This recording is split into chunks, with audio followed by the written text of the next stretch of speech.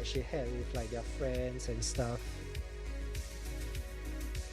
I can see how like that community aspect makes people stay on in the game for years and years. Alright, whoa. Okay, wait, I'm just reading the chat again. Wow, chat. So fast. Right, so it says like, yeah, the world of games used to be historically accurate and then now it's oversaturated with make-believe vehicles. Yeah.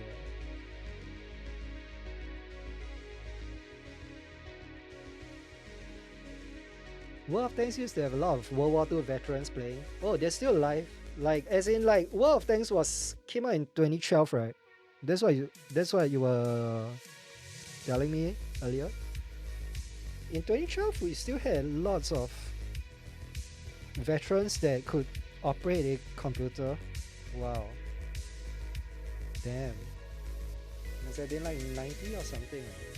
I don't know. Now I sound like an influencer. Like a dumb one.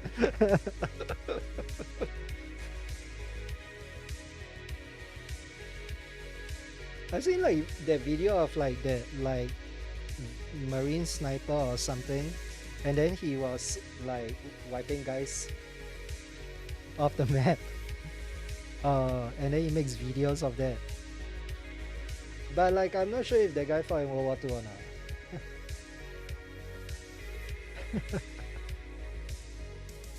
Damn. For me, whenever I play these games, yeah, the teenage version of me comes out and I just run and gun everything. I usually get about 1 kill and then 1 assist and then I'm dead.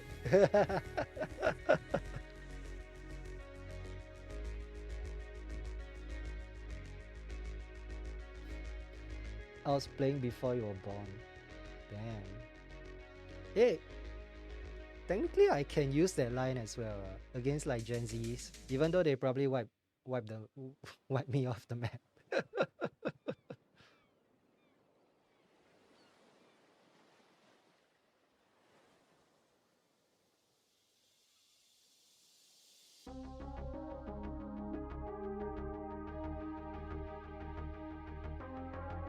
So are you in like a lobby right now? You seem to be like typing really quickly. Like there was a pause in your typing and then now it's like bum bum bum bum bum.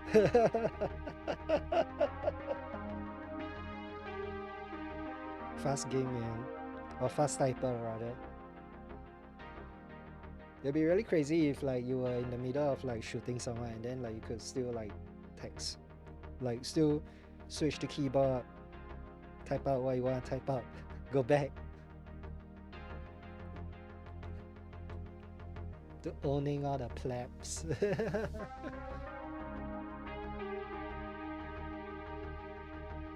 I see. I guess that's true. Like you gotta wait. Like with these games, you kind of gotta like wait for everyone and stuff, for peeps.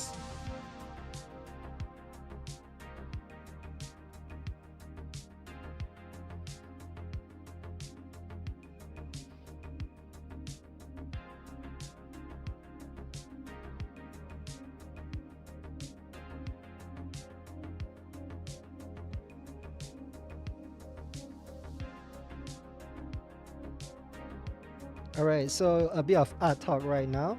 What I'm doing is I am bringing in like a really dark kind of green to my foreground. So the tree looks like it has moss growing all over it. Yeah, so that is why I'm using this really dark green and I'm just like tapping this green everywhere.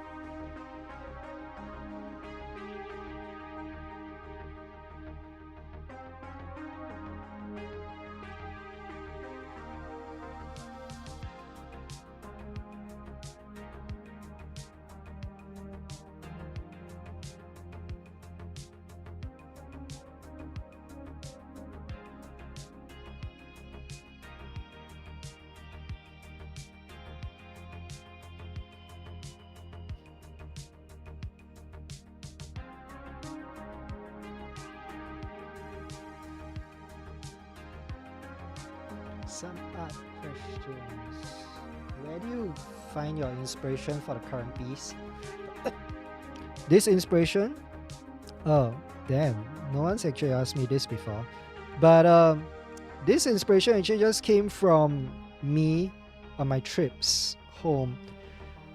I was actually looking for something that I could develop together with this tea staining technique. So like I did kind of over Chinese New Year this year, I was kind of wanting to work on a piece for Chinese New Year, and I wanted it to be a bit unique.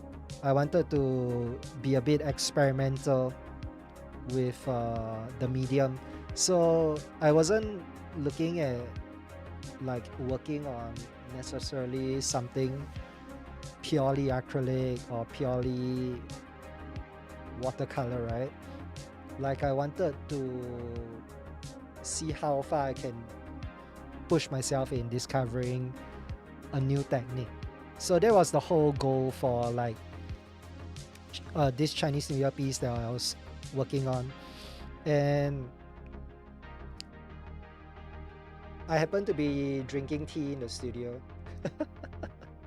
So this requires a story, a grandfather story of sorts. Back in 2008, when I was a fresh student at LaSalle, and one of my lecturers in LaSalle, you have to do this thing called foundation year if you come in directly after secondary school. Secondary school is like the equivalent of high school, or it's not exactly like high school, because high school you get a diploma from what I understand, but this is more like middle high or like middle school. That, and then from there, if you wanted to go to college from that, you wouldn't have the, even though I did art as one of my electives in, yeah, from there, right? Like you wouldn't have enough skills to, or enough knowledge to take on something that was college level or like diploma level. So you have to attend this thing called foundation year or foundational year, depending on like how they wanted to call it that year. So basically in there, you don't actually work on anything related to your diploma. You actually work on art knowledge and just pure art knowledge. So one of my lecturers, you get lecturers from all different types of faculties that will come in and teach you and run classes that basically help to open your mind to the different techniques that you encounter throughout basically the visual arts world. And so one of the techniques was, she was showing us works that were created purely with like coffee, tea, what else? Like unconventional materials that you wouldn't really think of using at the start. Like if I can ask you, I want you to paint a picture, the first thing you'll think is paint, and then like what kind of paint? You probably go acrylic, watercolor, something like that. But she was showing me images that were created with cuts of paper, different cuts of multicolored paper, and then if you layer them in such a way, then you produce an image of a tree or something. Yeah, I'm pretty sure you've seen some of these works before. So as I was drinking my tea here at the studio, I decided like, why don't I use this tea and start staining a piece of plywood, basically. A piece of plywood that I had in the studio. The plywood was from an art shop, but I was was it from an art shop? Yeah, it was. Yeah, I bought some plywood from an art shop. And then And then I decided to then work on this layering tea, and then after I layered the tea, I just felt like the whole thing was really faint. So I stole a piece of wood. No, I mean like I got it for free from someone's backyard. I didn't actually steal it.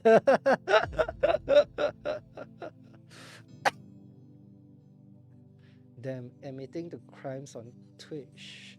Mr. Oman, you're gonna get me banned. Twitch mods.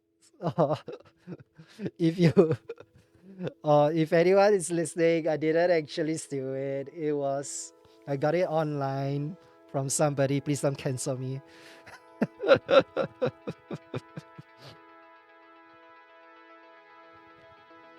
So back to the story.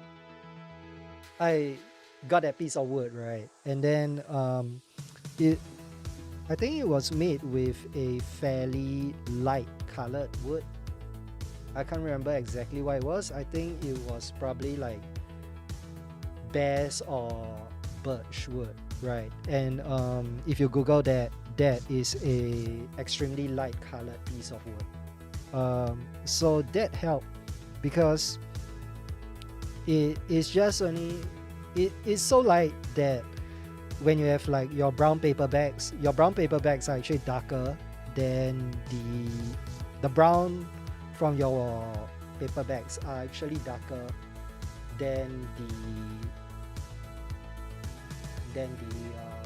shade that you get from basswood, and it happened to absorb tea really well. So that was another plus. So I decided to just paint the character of the horse because it's the year of the horse this year.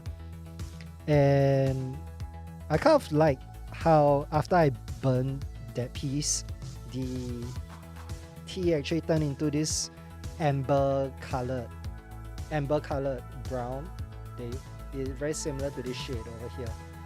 And there was even a gradient depending on how the direction I burn it and like how much I there's a fly here. Let me swat it away.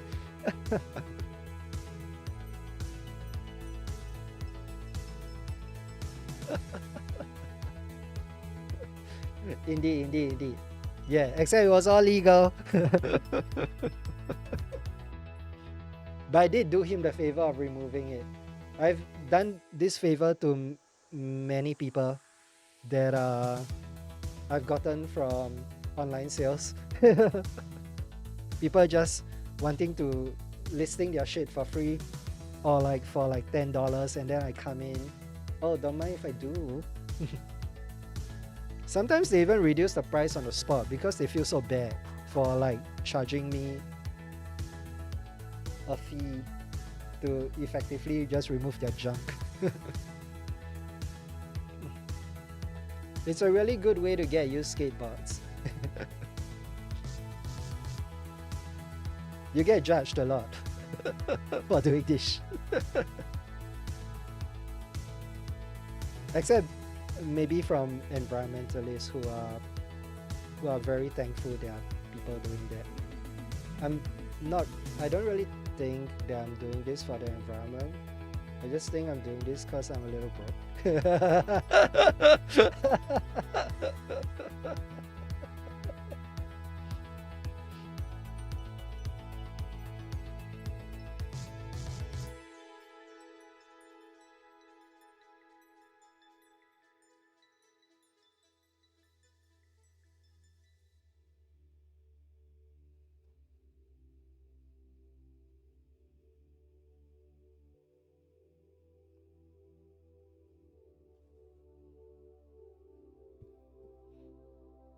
There's a fly